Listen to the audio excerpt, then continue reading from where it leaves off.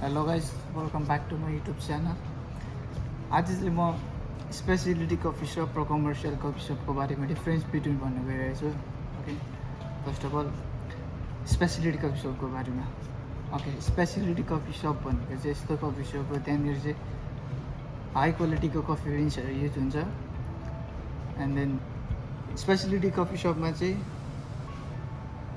त्योहरूले क्वालिटी र टेस्टहरूमा चाहिँ धेरै फोकस गर्छ।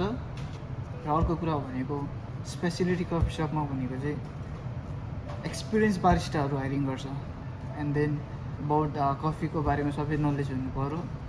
र स्पेसिलिटी कफी सपमा चाहिँ एउटै कन्ट्रीको एउटै ठाउँमा फार्मिङ भएको बिन्सहरू युज गर्छ।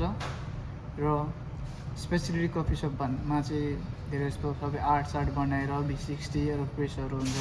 र कमर्सियल कफी सप भनेको चाहिँ यस्तो कफी सप हो त्यहाँनिर चाहिँ एकदम सबै कुरा फास्ट हुन्छ र धेरै कस्टमरहरू पनि हुन्छ।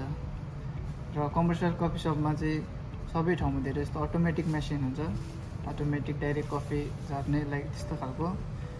र एकदम बिन्सहरू पनि धेरै ठाउँबाट मिक्स भएर आएको हुन्छ कमर्सियल कफी सपमा। र बारिस्टाहरू त्यति एक्सपिरियन्स पनि चाहिँदैन। र